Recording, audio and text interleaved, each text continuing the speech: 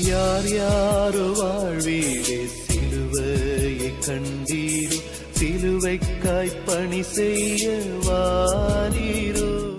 கிறிஸ்துவுக்குள் பிரியமானவர்களே, மரணத்தை ஜெயித்து உயிரோடு எழுந்த ஆண்டவர் இயேசு கிறிஸ்துவின் நாமத்தினாலே உங்கள் அனைவருக்கும் அன்பான வாழ்த்துக்களை தெரிவித்துக் கொள்கிறோம். எழுந்து கட்டுவோம் வாருங்கள் என்கிற நிகழ்வுக்கு உங்களை அன்போடு கூட வரவேற்கிறோம். ஆண்டவராகிய இயேசு கிறிஸ்து மரணத்தை ஜெயித்து உயிரோடு எழுந்த பின்பு சகல ஜனங்களுக்கும் சொன்ன வார்த்தை, உங்களுக்கு சமாதானம். அவர் தம்முடைய சீசர்களை சந்திக்கும் பொழுதெல்லாம் சமாதானமாக இருங்கள் என்று சொன்னார். என் அன்புக்குரியவர்களே, நம்முடைய இந்திய தேசத்தில் இந்த சமாதானத்தை தேடி, மன நிம்மதியை தேடி, எங்கு போனால் எனக்கு விடுதலை கிடைக்கும், எங்கு போனால் என்னுடைய ஜாதக நிலைமை சரியாகும், என் குடும்பத்தில் இருக்கிற வறுமை எப்போ மாறும், எனக்கு எப்போ நிம்மதி கிடைக்கும், நான் சொர்க்கம் போகிறதுக்கு என்னதான் வழி அப்படின்னு சொல்லி தேடிக்கிட்டே இருக்கிற ஜனங்களுக்கு, அருமையானவர்களே, எஸ்எம்பியும் என்ஜிபியும் மிஷனரி இயக்கம் நீங்கள் தேடுகிற நிம்மதி இயேசுவிலே இருக்கிறது என்கிற சொல்லுகிற பணியில் 220 மிஷனரிமார் இந்தியாவின் 25 மாநிலங்களில், அண்டை நாடாகிய நேபாள், பூட்டான், பங்களாதேஷ் பகுதிகளில் இந்த நற்செய்தி அறிவிக்கிற ஊழியங்களில் ஈடுபட்டிருக்கிறோம். அருமையானவர்களே, இந்த நற்செய்தி பலரை தொடுகிறது, வியாதியஸ்தர்களை சுகமாக்குகிறது. ராம் என்ற ஒரு சகோதரர், இவர் பூட்டான் பகுதியை சார்ந்தவர். அவரை சந்திக்கும்போது அவர் சொன்னார், இயேசு கிறிஸ்துவினாலே நான் விடுதலை பெற்றேன். என்னுடைய 2 கிட்னியும் பழுதாகி நான் இனி உயிரோடே இருக்க முடியாது, அதனால் விரும்பினதை சாப்பிடுன்னு சொல்லி எனக்கு டாக்டர்கள் அறிவுரை சொன்னாங்க. ஆனால் என்னுடைய மாமா சொன்னார், உன்னை இயேசு தொடுவார், உன்னை மறுபடியும் வாழ வைப்பார், நீ இயேசுவுக்கு எதாயிலும் செய்ய வேண்டும் என்று சொன்னார். அருமையானவர்களே, பூட்டானில் இன்னைக்கு வரைக்கும் சபை திறந்து கிடையாது, ஒரு ரிஜிஸ்டர் சர்ச்சஸ் கிடையாது. என்றாலும் ஆண்டவராகிய இயேசு கிறிஸ்துவுக்கு மகிமையாக நம்முடைய எஸ்எம்பிஎம் என்ஜிபிஎம் மிஷனரி இயக்கத்தின் சார்பில் 14 கிராமங்களில் இரகசிய சபைகள் அங்கே நடந்து கொண்டிருக்கிறது. என் அன்புக்குரியவர்களே, தேடுதல் நிறைந்த நம்முடைய இந்திய தேசத்தவர்கள் நேபாள் நாட்டில், இன்னும் பங்களாதேஷ் பகுதிகளில், இந்தியாவின் 25 மாநிலங்களில் பெரிய அறுவடைகளை ஆண்டவர் செய்து கொண்டிருக்கிறார். அருமையானவர்களே, கடந்த 70 மாத நம்முடைய இயக்கத்தின் ஊழியத்தின் விளைவாக இதுவரையிலேயும் 6798 பேர் முதல் தலைமுறை கிறிஸ்தவர்களாக ஞானஸ்நானம் பெற்று 682 புதிய கிராமங்களில் சபைகளை தேவனை ஆராதிக்கிறார்கள். கடந்த ஆகஸ்ட் மாதத்தில் மாத்திரம் ஆண்டவரின் கிருபையினாலே 10 புதிய கிராமங்களில் சபைகளை உருவாக்குவதற்கும் 220 பேருக்கு ஞானஸ்நானம் கொடுக்கிறதற்கும் ஆண்டவர் உதவி செய்தார். 2 ஆலயங்கள் இந்த மாதத்தில் கட்டி பிரதிஷ்டை செய்ய ஆண்டவர் உதவி செய்தார். தேவனின் கிருபையினாலே இதுவரையிலே 48 ஆலயம் கட்டி பிரதிஷ்டை செய்திருக்கிறோம். ஒரு 12 இடங்களில் வேலை நடந்துகிட்ருக்கு. இன்னொரு 40 இடங்களில் வேலை ஆரம்பிக்கிறதுக்கு ஆயத்தமாகி அதற்கான ஸ்பான்சர் எதிர்பார்த்து காத்திருக்கிறோம். கிட்டத்தட்ட 350க்கும் மேற்பட்ட கிராமங்களில் ஆலயம் கட்டுவதற்கு அஸ்திபாரம் போட்டு ஸ்பான்சர் எதிர்பார்த்து காத்திருக்கிறோம். நேற்று தினத்தில் ஒரு தாயார் 72 வயது, அவர்கள் ஓய்வு பெற்ற அந்த பணத்தில் இருந்து ஒரு ஆலயம் கட்டுவதற்காக காணிக்கை எடுத்து வைத்திருக்கிறேன், வர முடியுமா என்று சொன்னார்கள். என் அன்புக்குரியவர்களை, இப்படி தியாகத்தோடு தங்களுடைய வாழ்வாதாரத்துக்கு அரசு கொடுக்கிற அந்த ஓய்வூதிய பணத்தில் கர்த்தருக்கு என்று சொல்லி தியாகத்தோடு ஆலயம் கட்ட முன் வருகிறார்கள். ஒரு லாரி டிரைவர், ஐயா எனக்கு கிராமத்தில் ஆலயங்கள் கட்ட வேண்டும் என்று வாஞ்சை, நான் ஒரு டிரைவர், ஒவ்வொரு தடவையும் டிரைவிங்கு போயிட்டு வந்துட்டா அதில் எனக்கு ஆண்டவர் தர்றதில் நான் அப்படியே கொஞ்சம் காணிக்கை எடுத்து சேர்த்து வச்சிருக்கிறேன்னு சொன்னாங்க. என் அன்புக்குரியவர்களை, இப்படி எத்தனையோ பேர் தங்களுடைய செலவினங்களை குறைத்து தியாகமான காணிக்கைகள் மூலமாக கிராமங்களில் ஆலய கட்டுமான பணிகள், மிஷினரிகளுக்கான மாதாந்திர உதவித்தொகைகள் அனுப்பப்பட்டு கொண்டிருக்கிறது. அருமையானவர்களே, ஒரு சிறு வாலிப பிள்ளை, அவள் இப்போ கல்லூரியில் படித்து கொண்டிருக்கிறாள். அந்த பிள்ளை மாதந்தோறும் 600 ரூபாய் கொடுத்து ஒரு ஆதிவாசி குழந்தையை படிக்க வைக்கிறாள். அவளுக்கு கிடைக்கிற அந்த ஸ்டைபெண்ட் பணத்தில் இப்படி கர்த்தருடைய ஊழியத்தை தாங்குகிற இப்படிப்பட்ட ஏராளமான தியாகிகளை எனக்கு தெரியும். ஆகவே தான் இந்த மிஷனரி இயக்க ஊழியத்தில் பெறக்கூடிய காணிக்கைகளை எவ்வளவு சிக்கனமாக, எவ்வளவு உண்மையாக செய்ய வேண்டுமோ அதை நாங்கள் செய்து கொண்டிருக்கிறோம். ஒவ்வொரு மாதமும் ஆத்துமாவை தேடி என்கிற இந்த பத்திரிகையை ஒவ்வொரு கிறிஸ்தவர்களுக்கும் நாங்கள் அனுப்பி வைக்கிறோம். கிட்டத்தட்ட ஒரு 25,000 பேருக்கு வாட்ஸ்அப் மூலமாக போகுது. அதோட ஒரு 4,000 பேருக்கு போஸ்டல் மூலமாக போகுது. உங்களில் பலருக்கு தேவை என்றால் உங்களுடைய அட்ரஸை எங்களுக்கு அனுப்பி வையுங்கள், உங்களுடைய வாட்ஸ்அப் நம்பரை அனுப்பி வைங்க. கர்த்தருடைய வருகைக்கு நம்ம ஆயத்தமாக இருக்கிறதோடு இயேசு கிறிஸ்து அவருடைய சித்தத்தை நிறைவேற்றுகிற பணியில் நாம் ஈடுபட வேண்டும். ஆத்மாவை தேடி என்று நாம் வெளியிட்டு கொண்டிருந்தோம். மத்திய அரசு நமக்கு ஆத்தும சவால் என்ற அனுமதி வழங்கி அதற்கான சர்டிஃபிகேட் நமக்கு கொடுத்திருக்கிறார்கள். என் அன்புக்குரியவர்களே, இந்த இயக்கத்துக்காக தொடர்ந்து ஜெபியுங்கள். ஆண்டவர் அடையாளங்கள் அற்புதங்கள் மூலம் வார்த்தைகளை உறுதிப்படுத்துகிறார். அருமையானவர்களே, மேற்கு வங்க மாநில ஊழியத்தில் சபைகள் அதிகமாக வளர்கிற காரணம் அங்கே கர்த்தர் பெரிய அதிசயங்களை நடைபெற்று வருகிறார். சுக்குப்போரி என்ற ஒரு சகோதரி 8 அசுத்தாவிகள் பிடிக்கப்பட்டு 12 ஆண்டு காலம் இடைவிடாமல் அவர்களுக்கு ஏராளமான பிரச்சனைகள், இரத்தப்போக்கு, அதோடு கூட இரவில் தூங்க முடியாத அளவுக்கு மன நிம்மதியற்றவர்களாக குடும்பத்தில் உள்ள எல்லாருக்கும் ஒரு சாபக்கேடான நிலைமையில் இருந்தார்கள். இயேசு கிறிஸ்து நாமத்தினாலே அந்த மகளுக்காய் எண்ணெய் பூசி ஜெபம் பண்ணும்போது இயேசு கிறிஸ்து அவர்களை தொட்டார்கள். இப்படி தேவனால் தொடப்பட்ட அந்த சகோதரி அநேகருக்கு சாட்சி பகிர்ந்து கொண்டிருக்கிறார்கள். அருமையானவர்களே, நம்முடைய பணி மையங்களில் இருக்கிற விசுவாசிகளுடைய குழந்தைகளை சிறப்பாக படிக்க வைக்கிறதற்கு இதுவரையிலேயே 448 விடுதி குழந்தைகள் தேவனின் கிருபையினாலே 7 விடுதிகளில் தங்கியிருந்து படித்து கொண்டிருக்கிறார்கள். இந்த குழந்தைகளுக்காக ஜோமணியிடுங்க. கடந்த நாளில் ஒரு ரிட்டையர்ட் ஆனால் ஒரு போலீஸ்காரர், ஐயா நான் ஒரு குழந்தைய படிக்க வைக்கிறேன், அந்த குழந்தைக்கு எவ்வளோ வேணும், நான் ரிட்டையர்ட் ஆகிட்டேன் அப்படின்னு சொல்லி என்னோட தொலைபேசியில் கொடுத்து கொண்டார்கள். என் அன்புக்குரியவர்களே, இப்படி இந்த ஊழியத்தில் முகம் தெரியாத அநேகர் இந்த ஊழியத்தை ஆதரிக்கிறார்கள். உங்களுடைய காணிக்கைகள் எங்களுக்கு மிகவும் பிரயோஜனமாக இருக்கிறது. அருமையானவர்களே, நீங்கள் சிறப்பு நன்கொடை கொடுக்கும்போது ஒருவேளை 80G எக்ஸப்ஷன் உங்களுக்கு தேவை இருந்தால் நீங்கள் தெரியப்படுத்தின என்றால் அதற்காக நாங்கள் ஒழுங்குபடுத்தி தருகிறோம். அருமையானவர்களே, இந்த இயக்கத்தில் இணைந்து பணியாற்றுவதற்கு அனுபவம் நிறைந்த பயிற்சி பெற்ற ஊழியர்கள் கிட்டத்தட்ட இன்னொரு 340 பேர் காத்திருக்காங்க. அதனால் ஜோமினிடுங்க. ஆண்டவர் நடத்தினா மிஷினரி ஸ்பான்சர்ஷிப் தாங்க. ஏன்னா நீங்கள் ஒரு மிஷினரி அனுப்புறது மூலம் ஒரு கிராமமே மாறும். ஒரு ஜாதி பெயர் ஜீவ புஸ்தகத்தில் எழுதப்படும். அது மாத்திரமல்ல, நீங்கள் கொடுக்குற ஒவ்வொரு அந்த காணிக்கைகள் மூலம் ஏராளமான ஆத்துமாக்கள் உங்கள் பேரில் பரலோகத்தில் எழுதப்படும். பார்த்துக்குங்க. லூக்கா 15:10 எழுதியிருக்கு, மனம் திரும்புகிற ஒரு பாவி நிமித்தம் பரலோகத்தில் மிகுந்த சந்தோஷம் உண்டாயிருக்கும். என் அன்புக்குரியவர்களே, இந்த பூமியில் நாம் நம்முடைய ஆண்டவராகிய இயேசு கிறிஸ்துவை சந்தோஷப்படுத்துகிறது இந்த மிஷினரி பணி தான். ஆகவே தான் அன்புக்குரியவர்களே, ஒவ்வொரு கிறிஸ்தவர்களும் மிஷினரி பணியில் ஈடுபட வேண்டும் என்று சொல்லி உங்களை ஆவலோடு கூட நான் அழைக்கிறோம். அருமையானவர்களே, பணித்தளங்களில் ஆலயங்கள் பக்க ஆலயம் கட்டுவதற்கு 7 லட்ச ரூபா தேவை. 5 லட்ச ரூபாயில் 600 ஸ்கொயர் ஃபீட்டில் கட்டுறோம். மற்றபடி 3 லட்சம் 2 லட்ச ரூபாயில் கச்சா ஆலயங்கள் கட்டுறோம். உங்கள் வசதிக்கு ஏற்ப நீங்கள் இதில் உதவி செய்யும்படி உங்களை அன்போடு கூட கேட்டுக்கொள்கிறோம். அருமையானவர்களே, நம்முடைய சபை போதகர்களுக்கு மிஷினரி செய்திகளை கேட்கும்படி சொல்லுங்கள். அருமையானவர்களே, மிஷினரி தரிசனம் இல்லாதனால அருமையானவர்களே சபைகள் சீரழிந்து கொண்டிருக்கிறது, வளர்ச்சி ஸ்தம்பித்து நிற்கிறது. ஆகவே இந்த கடைசி காலத்தில் மிஷினரி தரிசனம் ஒவ்வொருவருக்கும் தேவை. நம்பிக்கை தொலைக்காட்சியில் ஒவ்வொரு ஞாயிற்றுக்கிழமை காலை 6 மணிக்கும், ஒவ்வொரு வியாழக்கிழமை இரவு 8:30 மணிக்கும், ஒவ்வொரு சனிக்கிழமை இரவு 7:45 மணிக்கும், நள்ளிரவு 12 மணிக்கும் இந்த செய்திகள் வருகிற இன்னும் பல இடங்களில் மறு ஒலிபரப்பு மூலம் இந்த ஊழியங்களை ஒளிபரப்புகிறார்கள்.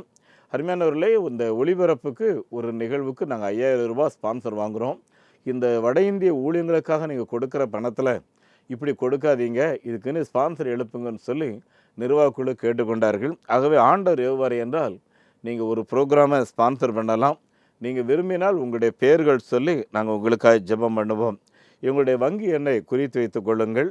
Salvation mission partaker movement, Canara bank account number 12005549 IFSC code CNRP 0005652. அதே போல் ஸ்டேட் பேங்க் ஆஃப் இந்தியா நெகேமியா new generation partaker movement NGPM State Bank of India 42 17 20 691. IFSC code SPIN 0061767. எங்களுடைய தொலைபேசி எண் 9043867550 9447375550. இந்த ஊழியங்களுக்காக ஜெபியுங்கள். நீங்கள் கொடுக்கிற ஒவ்வொரு காணிக்கையின் மூலம் ஆண்டவர் அவருடைய ராஜ்யத்தை பெரும் திரளாய் நம்முடைய தேசத்தில் கட்டுவாராக. இன்னும் 4 லட்சம் கிராமங்களில் ஆலயம் கிடையாது. இந்தியர்கள் 98% பேருடைய முழங்கால்கள் முடங்கவில்லை. 148 கோடி ஜனங்கள். ஒருவர் கூட நரகம் போகக்கூடாது என்பதற்காக ஆண்டவராகிய இயேசு கிறிஸ்து நம்முடைய தேசத்துக்காக ஜெபம் பண்ணி கொண்டிருக்கிறார். மிஸ்னரி ஸ்டீடி ஸ்டட் என்பவர் சொல்லும்போது, ஒரு மனுஷன் கூட நரகத்துக்கு போகக்கூடாது. எனக்கு இருக்கிற அந்த ஒரே ஒரு வாழ்க்கையில் நரகத்தின் வாசலில் இருந்து ஜனங்களை நான் பரலோகத்துக்கு அனுப்புகிற பணியில் நான் ஈடுபட்டிருக்கிறேன் என்று சொல்லி அவர் சொல்லுகிறார். ஆகவே என் அன்புக்குரிய தேவனுடைய பிள்ளைகளை, நாமும் இந்த கடைசி காலத்தில் ஒவ்வொரு பெந்தேகோஸ்தே சபை, ஒவ்வொரு மெயின்லைன் சர்ச்சு, சிஎஸ்ஐ, டிஎல்சி, இன்னும் மெதடிஸ்ட் போன்ற சபைகள் அனைவரும் மிஷனரி பணியில் உற்சாகத்தோடு ஈடுபடுங்கள். ஆண்டவர் உங்களுடைய சபைகளை இன்னும் ஆசீர்வதிப்பாராக. அன்புக்குரியவர்களே, இந்த நாளில் நம்முடைய திருச்சபையின் ஒழுங்குபடி திருமணம் என்பது தேவனாலே அங்கீகரிக்கப்படுகிறது, இல்லையென்றால் மிகவும் மதிக்கப்படுகிறது என்பதை குறித்து நான் உங்களோடு கூட நான் பகிர்ந்து கொள்ள விரும்புகிறேன்.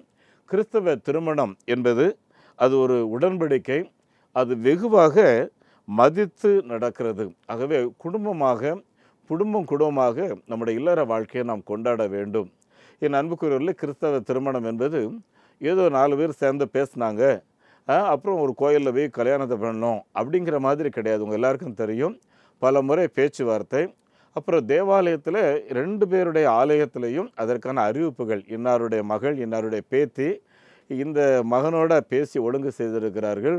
இதில் நியாயமான காரணங்கள் தடை எதாவது இருந்தால் அது எழுத்து மூலம் சபை போதகருக்கு நீங்கள் தெரியப்படுத்துங்கன்னு சொல்லி சபை போதகர் ஒவ்வொரு வாரமும் 3 வாரம் அறிவிப்பு கொடுப்பார். இது உங்களுக்கு தெரியும். அது மாத்திரம் இல்லை, கல்யாணத்துக்கு அந்த நேரம் தாலி கட்டுற நேரத்தில் கூட போதகர் அந்த 2 பேர்ட்டும் கேட்பார், உங்களில் 2 பேரும் குடும்பமாக இணைக்கப்படுவதற்கு உங்களுக்கு ஏதாவது தடை இருந்தால் இப்போ நீங்கள் தெரியப்படுத்தலாம்னு சொல்லி சொல்லுவார். இல்லை, எங்களுக்கு எந்த தடை இல்லைன்னு சொல்லி பிள்ளைங்க சொல்லணும். சபையாரை பார்த்து கேட்பார், இந்த 2 பேரும் இப்போ திருமணத்தில் இணைக்கப்படுறதுக்கு உங்களில் யாருக்காயிலும் தடைகள் இருந்தால் இந்த நேரத்தில் சொல்லுங்கள், இல்லைன்னா ஒரு நாள் நீங்கள் சொல்லக்கூடாதுன்னு சொல்லி. அப்படின்னா மிக ஒழுங்கும் கிரமமாக நடத்தப்படுகிறது தான் கிறிஸ்தவ திருமணம். பார்த்துக்குங்க. என் அன்புக்குரியவர்களே, ஏன் இந்த திருமணம் இவ்வளவு முக்கியத்துவம் கொடுக்கப்படுது அப்படின்னு சொல்லி கேட்டிங்கன்னா, நம்முடைய பிதாவாகிய தேவன் அவர் நடத்தி வைத்த முதல் திருமணம் நம்முடைய வேதத்தில் அதை வாசிக்கலாம். அருமையானவர்களே, ஆதியிலே தேவன் வானத்தையும் பூமியும் உண்டாக்கினவர் எல்லாவற்றையும் நன்றாக இருக்கிறது என்று கண்டார். அப்புறம் மனுஷனை உருவாக்கிட்டு வெரி குட் அப்படின்னு சொல்லி சொல்கிறாரு. எல்லாமே அவருடைய பார்வையில் சிறப்பாக இருக்குது. கடைசியாக என்ன நடக்குன்னு சொல்லி பார்த்தீங்கன்னா, அருமையானவர்களே, ஆதியாகமம் 2வது அதிகாரம் 19வது வசனத்தில் ஆதி மனிதன் ஆதாம், அவனிடத்தில் ஆண்டவர் எல்லா ஜீவன்களையும் வர வைக்கிறார். ஆடு வருது, மாடு வருது, கோழி வருது, யானை வருது, புலி வருது, சிங்கம் வருது. இந்த எல்லாத்துக்கும் அன்னைக்கு ஆதாம் என்ன பேர் வச்சாரோ அந்த பேர் தான் இன்றைக்கு வரைக்கும் இருக்குது. யாரும் அதை மாற்ற முடியாது. ஏன்னா இது ஆதாம் கொடுத்த பேர், கடவுள் அவர் கொடுத்த ஞானம். பார்த்துக்குங்க. ஆனால் அன்பானவர்களே, ஆண்டவர் பார்த்துட்டு இருக்காரு, இவன் என்ன பேர் வைப்பானே, சிறப்பான பேர் வைக்கிறான். ஆனால் வரக்கூடிய எல்லா ஜீவன்களும் பார்த்திங்கன்னா ஜோடி ஜோடியாக வருது. பார்த்துக்குங்க. என் அன்புக்குரியவர்களே, சமீபத்தில் தான் என்கிட்ட இந்த தாவரவியல் இருக்குல்ல, மரங்கள், அதனுடைய ஆய்வியல் சொன்னார், ஐயா நீங்கள் நினைக்கிறபடி மனுஷன்தான் ஆணு பெண்ணு, இந்த உயிரோடு இருக்கிற ஜீவன்கள் தான் ஆண் பெண், இந்த மரங்கள் எல்லாம் அப்படி இல்லை அப்படின்னு சொல்லி நீங்கள் நினைக்காதீங்க, இதுலேயும் ஆண் இருக்குது பெண் இருக்குது அப்படின்னாரு. இது எப்படி கலப்பு வருது அப்படின்னு கேட்டால், இவைகளை செய்வதற்காக தான் ஆண்டவர் தேனியை வைத்திருக்கிறார் அப்படின்னு சொல்லி சொன்னார். என் அன்புக்குரியெல்லாம் என்ன சொல்ல வருகிறேன்னா, எல்லாமே ஜோடி ஜோடியாக தான் இந்த உலகத்தில் இருக்குது. ஆகவே கடவுள் இந்த ஆதாமை பார்க்கும்போது என்ன சொல்கிறாருன்னா, எல்லா ஜீவன்களும் ஜோடி ஜோடியாக இருக்கும்போது இந்த ஆதாம் மட்டும் தனியாக இருப்பது நல்லது அல்ல என்று கண்டார். அருமையானவர்களே, ஆதியாகமம் 2:20 வாசித்து பாருங்கள். ஆதாமுக்கும் சகல நாட்டு மிருகங்களுக்கும் ஆகாயத்து பறவைகளுக்கும் சகல காட்டு மிருகங்களுக்கும் பெயரிட்டான், ஆதாமுக்கோ இன்னும் ஏற்ற துணை காணப்படவில்லை. என் அன்புக்குரியவர்களே, நன்றாக கவனியுங்க. இந்த கடவுள் ஆதாமுக்கு ஏற்ற துணை காணப்படவில்லை என்று தன்னுடைய இருதயத்தில் ஆதங்கப்படுறவர் ஒரு ஆடையோ, ஒரு மாடையோ, ஒரு யானையோ, புலியோ நீ இதை துணையாக வச்சுக்கிடான்னு சொல்லியிருக்கலாம் இல்லையா? இல்லை என்றால் பூனையோ நாயையோ வச்சுக்கன்னு சொல்லியிருக்கலாம். என் அன்புக்குரியவர்களே, அவர் அதை செய்யவில்லை. மாறாக அவருடைய சாயல், அந்த ஒரு மனுஷன் இருந்தான் இல்லையா ஆதாம், அவனுடைய சாயலிலே அவருடைய சாயலாக ஒரு மனுஷியை அவர் உருவாக்குகிறார். என் அன்புக்குரியவர்களே, இன்றைக்கு பல வீடுகளில் பார்த்திங்கன்னா, அருமையானவர்களே, பெட்டில் அருமையானவர்களே நாயையும் பூனையும் படுக்க வச்சுருக்காங்க. அது ஆண்களும் அதை செய்கிறாங்க, பெண் கூட அதை செய்கிறாங்க.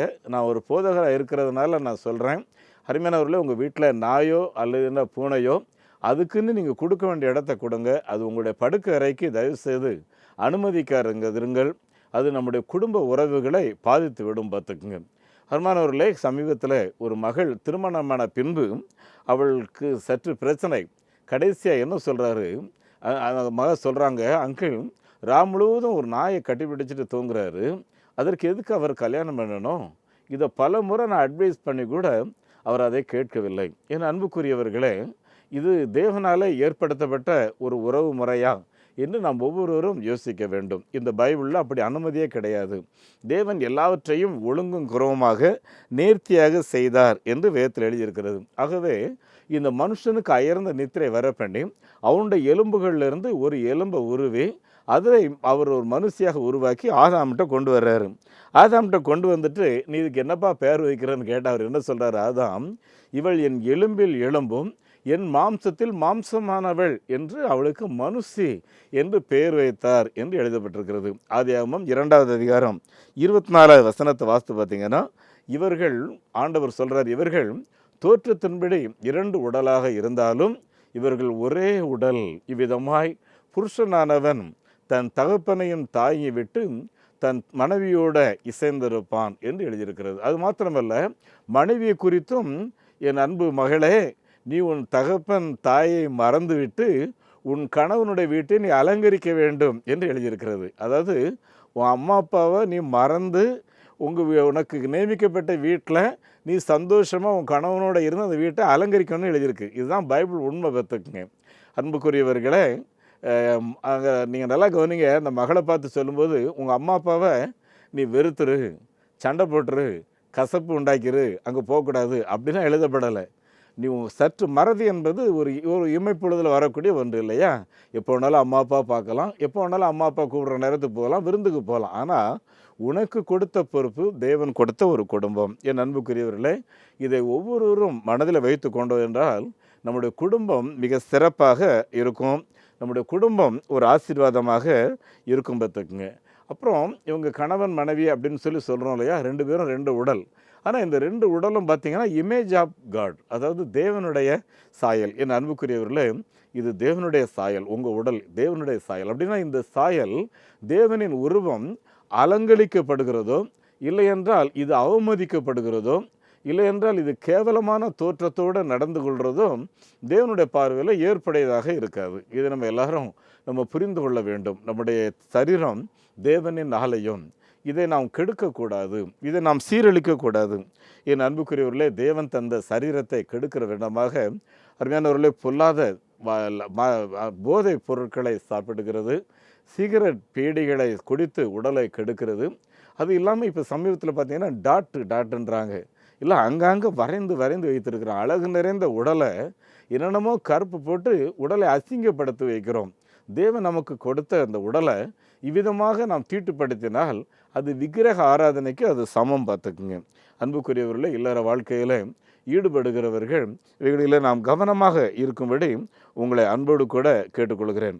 அருமையானவர்களே, பரிசுத்த பவுல் இந்த குடும்பத்தை திருமண குறித்து சொல்லும்போது ஆண் பெண் என்று இருந்தாலும் இவர்கள் 2 பேரும் ஒருவருக்கொருவர் உயர்வானவர்கள் அல்ல என்று சொல்லுகிற விதத்தில் என்ன சொல்கிறாரு, யூதன் என்றும் கிரேக்கன் என்றும் அடிமை என்றும் சியாதீனம் என்றும் இல்லை, கிறிஸ்துவுக்குள் ஆண் என்றும் பெண் என்றும் இல்லை, நீங்கள் எல்லாரும் கிறிஸ்துவுக்குள் ஒன்றாக இருக்கிறீர்கள், ஒரே சரீரமாக இருக்கிறீர்கள் என்று சொல்லுகிறார். என் அன்புக்குரியவர்களே, இப்படி தேவன் நமக்கு அழகான ஒரே சரீரமாக வாழ்க்கை கொடுத்து மாத்திரமல்ல, தேவனுடைய இமேஜை கொடுத்தது மாத்திரமல்ல, ஆக்ஸ்போர்ட் டிக்ஷனரியில் நீங்கள் ஃபேமிலி அப்படின்னா என்ன கொடுக்கப்பட்டிருக்குன்னு பார்த்தீங்கன்னா, ஈக்குவல் ரைட் எவ்ரி ஒன் அப்படின்னு எழுதியிருக்கு. அப்படின்னா ஒரு குடும்பம் அப்படின்னா அந்த வீட்டில் அவங்களுக்கு முழு உரிமையும் முழுமையுமே அடிப்படையாகவே வந்துடுது. ஃபண்டமெண்டல் ரைட்டுன்னு சொல்லுவோம். சரியா? என் செல்ஃபோனை பார்க்குறக்கு உனக்கு உரிமை இல்லை, என் பேங்க் அக்கௌண்ட்டை பார்க்குறக்கு அப்படி உனக்கு உரிமை இல்லை அப்படின்னு இன்றைக்கி 2 பேருமே சொல்லக்கூடிய ஒரு காலத்தில் இருக்கிறோம். ஆனால் அது முறை இல்லை. என் அன்புக்குரியவரில் நானும் குடும்பமாக இருக்கிறேன், என்னுடைய பேங்க்கில் என்ன இருக்குது, என் மனைவியுடைய பேங்க்கில் என்ன இருக்குதுன்னு சொல்லி எங்களுக்கு தெரியும் பார்த்துக்குங்க. அது மாத்திரமில்லை, இதில் எதுவுமே மறைக்கப்படுறதுக்கு இதில் ஒன்றுமே கிடையாது பார்த்துக்குங்க. என் அன்புக்குரியவரில் நாம் தேவனின் சாயல், நம்ம 2 பேருக்குமே இதில் சம உரிமைகள் இதில் கொடுக்கப்பட்டிருக்கிறது. அது மாத்திரமல்ல, பாருங்கள், இன்னும் சில வீடுகளில் கேவலமான ஒரு காரியம். கல்யாணம் ஆன பின்பும் 2 பேரும் ஒரே வீட்டில் தான் இருப்பாங்க. ஆனால் படுக்கைகளை மாற்றி போட்டு இருப்பார்கள். அது மாத்திரம் இல்லை, 2 சமையல் நடக்கும் பார்த்துக்குங்க. என் அன்புக்குரியவர்களே, இல்லறம் என்பது தேவன் தந்த ஒன்று பார்த்துக்குங்க.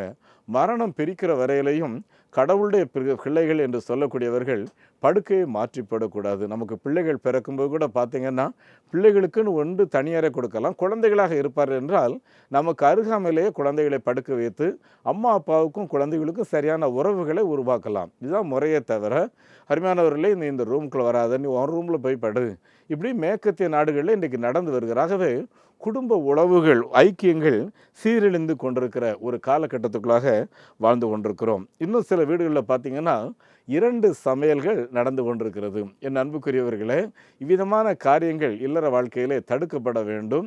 அருமையானவர்களை, ஒப்புரவாகுதல் என்பது ரொம்ப அவசியம், தேவை. அது மாத்திரமல்ல, நம்ம வீட்டை விட்டு வெளியே போகிறோம், வருகிறோம், எங்கே போகிறோம், எங்கே வருகிறோங்கிறது உங்களுடைய கணவருக்கும் உங்களுடைய மனைவிக்கும் அன்புக்குரியவர்களை கட்டாயம் தெரியணும் பார்த்துங்க. சில நேரங்களில் புறப்படும்போது சொல்கிறதுக்கு நேரம்னாலும் ஒரு எஸ்எம்எஸ் மூலமாக இல்லை ஒரு ஃபோனாவது பெண்டிங் நாம் தெரியப்படுத்த வேண்டும். ஏனென்றால் நம்ம ஒருவருக்கொருவர் நம்ம அன்பாக இருந்தால் தான், நீங்கள் எங்கே இருக்கீங்கிறத உங்கள் கணவனுக்கும் உங்களுடைய மனைவிக்கும் தெரிந்தால் தான் உங்கள் பிள்ளைகளும் பிற்காலத்தில் இந்த ஒழுங்குகளுக்குள்ளே வருவாங்க பார்த்துக்குங்க. ஆகவே என் அன்புக்குரியவர்களே, தேவனால் கொடுக்கப்பட்ட இந்த இல்லறம் சமமாக மதிக்கப்பட வேண்டும், சமமாக கண்ணியப்படுத்த வேண்டும். அது மாத்திரமல்ல அன்புக்குரியவர்களே, பைபிள் கமாண்டர் ஜான் கால்வின் என்பவர் சொல்லும்போது என்ன சொல்கிறாருன்னா, மேன் வந்து டஸ்ட் அப்படிங்கிறார். ஒரு ஆண் வந்து வெறும் டஸ்ட்னா குப்பை, சரியா? ஆனால் இந்த குப்பையிலிருந்து உருவாக்கப்பட்டதான் பெண் இல்லையா? அவள் டபுள் ரீபென் டஸ்ட் அப்படின்னு சொல்கிறார். அப்படின்னா 2 முறை அவள் சுத்திகரிக்கப்பட்டவள் என்று சொல்லுகிறார். என் அன்புக்குரியவர்களே, இந்த வார்த்தை ஏன் சொல்கிறாரு அப்படின்னு பார்த்தீங்கன்னா, ஒரு குடும்பம் சிறப்பாக இருக்கிறதற்கு பார்த்தீங்கன்னா, புத்தியுள்ள மனைவி தன் வீட்டை கட்டுகிறாள் அப்படின்னு நம்ம நீதிமொழிகள் 14:1 சாலமோன் என்ற அரசர் அனுபவ ரீதியாக சொல்லக்கூடிய ஒரு வார்த்தை அது. என் அன்புக்குரியவர்களே, ஒரு மனைவி ஞானமுள்ளவர்களாக இருப்பார்கள் என்றால், அவர்கள் புத்தியாக இருப்பார்கள் என்றால், அவருடைய கணவன் பட்டணத்து மூப்பரோடு அமர்ந்து நியாயம் பேசுகிற இடத்துல மிகவும் உயர்ந்த இடத்துல இருப்பான் அப்படின்னு நீதிமொழிகள் 31 அதிகாரத்தின் கடைசி வசனத்தில் வாசிக்கிறோம். அது மாத்திரம் இல்லை, அவளுடைய பிள்ளைகள் எழும்பி என் தாயாரே நீங்கள் பாக்கியவதி என்று வாழ்த்துவார்கள் என்று எழுதப்படும். அதனால தான் ஜான் கால்வின் சொல்லும்போது பார்த்தீங்கன்னா அவர்கள் டபுள் ரீபென் டஸ்ட் என்று சொல்லுகிறார். என் அன்புக்குரிய தேவனுடைய பிள்ளைகளை, இந்த வார்த்தைகளை கேட்டுக்கொண்டிருக்கிறவர்களே, நம்முடைய குடும்பம் தேவனால் மகிமை உருவாக்கப்பட்டது, அது தேவனால் மகிமையாக எண்ணப்பட்டது. ஆகவே என் அன்புக்குரியவர்களே, இதை நாம் மிகவும் மதிக்க வேண்டும். அது மாத்திரமல்ல, எபிரேயர் 13 அதிகாரம் 4 வசனத்தில் வாசித்து பார்த்தீங்கன்னா, விவாகம் யாவருக்குள்ளும் கனமுள்ளதும் விவாக மஞ்சம் அசுசிப்படாமலேயும் இருப்பதாக, வீசிக்கள்ளரையும் விபச்சாரக்காரனையும் தேவன் நியாயம் தீர்ப்பார் என்று இங்கு எழுதப்பட்டிருக்கிறது. அப்படின்னா என்ன கருத்தம்னா, உங்களுடைய படுக்கை அறை என்பது மோர் ஹோலி, அதாவது மகா பரிசுத்தம். கணவன் மனைவி ஒரே படுக்கையில் படுத்து உறங்குவது மகா பரிசுத்தம் பார்த்துக்கு. ஆனால் அதே படுக்கறையில் படுத்து கொண்டு அருமையானவர்களே, கல்யாணத்துக்கு முன்பு அருமையானவர்களே, சில நேரங்களில் பார்த்தீங்கன்னா அருமையானவர்களே, நம்முடைய அதாவது டீனேஜ்னு சொல்லுவாங்க, 13லேருந்து 19 வயசு வரைக்கும். இந்த வயசில் எல்லாருக்குமே ஒரு சின்ன தடுமாற்றங்கள் வரும் பார்த்துங்க. அது அறியாமல் வரும், நம்முடைய பாலியல் வளர்ச்சி மூலமாக வரும். ஆனால் அன்றைக்கு நடந்ததை இன்றைக்கு திருமண நாளிலையும் இந்த படுக்கையிலையும் நினைத்து கொண்டிருக்கிறார்கள் ஒரு சிலர். இது நம்முடைய இல்லறத்தை எவ்வளோ உடைச்சிருது. சிலர் ஞானம் இல்லாமல் சில பிள்ளைங்க தன் கணவனிடத்தில் எல்லாவற்றையும் சொல்லிவிடுகிறார்கள். என் அன்பானவர்களே, சில ஆண்கள் தன்னுடைய வாழ்க்கையில் நடந்தவைகள் எல்லாம் தன்னுடைய மனைவினிடத்திலே சொல்லிவிடுகிறார்கள். ஒரு வீட்டுக்கு அந்த மணப்பிள்ளைகளை வாழ்த்து போயிருந்த ஒரு வயதான தாயார், என் பேத்தி இருக்க வேண்டிய இடத்துல நீ இருக்கிற அப்படின்னு சொல்லி ஒரு வார்த்தை சொன்னதுனால அந்த குடும்பத்துக்குள்ளே எவ்வளோ பெரிய பிளவு வந்தது தெரியுமா? ஆகவே பெரியவர்கள் தம்பதிகளை பார்த்து வாழ்த்தும் போது அருமையானவர்களை, நடந்து முடிந்தவைகளை அந்த இடத்த சொல்கிறதுல எந்த பிரயோஜனமும் கிடையாது. நடந்து முடிந்தவைகளை படுக்கறையில் யோசித்து கொண்டிருக்கிறதுலையும் எந்த பிரயோஜனமும் கிடையாது. அவைகள் கடந்து போன காலங்கள். ஆகவே இன்றைக்கு இணைக்கப்பட்ட ரட்சிக்கப்பட்டிருக்கிற பிள்ளைகள் வருங்காலங்களிலே சிறப்பாக இருக்க வேண்டும். படுக்கையில் இருக்கிற பிள்ளைகள் ஏதோ ஒரு சினிமா நடிகரையோ இல்லைனா பையனோ ஏதோ ஒரு சினிமா ஏதோ ஒரு காரியத்தை மனசில் யோசிச்சுட்டு இருப்பாங்கன்னா அதுக்கு இந்த வசனம் என்ன சொல்லுது பாருங்க. விவாக மஞ்சம் அசூசி பட திறப்பாக. அசூசி என்றால் அபாமினேஷன். அபாமினேஷன் மீன்ஸ் அருவருப்பு பெற்றுக்குங்க. இந்த அருவருப்பான காரியங்களில் நம்ம யாருமே ஈடுபடக்கூடாது. மேலும் பைபிள் வசனம் சொல்லும்போது என்ன சொல்லுது பாருங்க. வேசிக்கல்லரையும் விபச்சாரக்காரரையும் தேவன் நியாயம் தீர்ப்பார். இவர்கள் தேவனுடைய நாட்டுக்குள் பிரவேசிக்க முடியாது. யார் வேசிக்கல்லர்கள், யார் விபச்சாரக்காரர்கள்? கல்யாணம் பண்ண பின்பு அருமையானவர்களே இன்னொரு பெண்ணோட தொடர்போ இன்னொரு பெண்ணோட மனதை வைத்து கொண்டு இருப்பான் என்றால் அவன் வேசி கள்ளன். பார்த்துக்குங்க என் அன்புக்குரியவர்களே, வேசி கள்ளன். அதே மாதிரி கணவன் இருக்கும்போது இன்னொருவரை லைஃப் பார்ட்னராக வச்சுக்கிட்டு அதுக்கு பேர் விபச்சாரம். பார்த்துக்குங்க என் அன்பானவர்களே, இந்த விபச்சாரம், வேசி கள்ளர்கள் இந்த 2 பேரும் தேவனுடைய ராஜ்யத்துக்குள் பிரவேசிப்பது கிடையாது. என் அன்பானவர்களே, நம்முடைய வாழ்க்கையில் ஒரே ஒரு வாழ்க்கை தான். இந்த ஒரே ஒரு வாழ்க்கையில் பார்த்திங்கன்னா தேவனுடைய அரசுக்குள்ளே போகணும். நரகத்துக்குள்ளே ஒருவர் கூட போகக்கூடாது. ஆகவே குடும்பமாக கர்த்தரை மகிமைப்படுத்துங்கள். குடும்ப வாழ்வு தேவனால் ஏற்படுத்தப்பட்டது.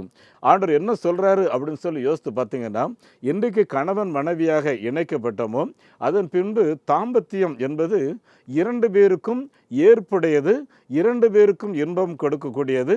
அது ஒருவழி பாதை அல்ல. 2 பேருடைய இல்லறத்தையும் கட்டி காக்கக்கூடியது தாம்பத்திய உறவு.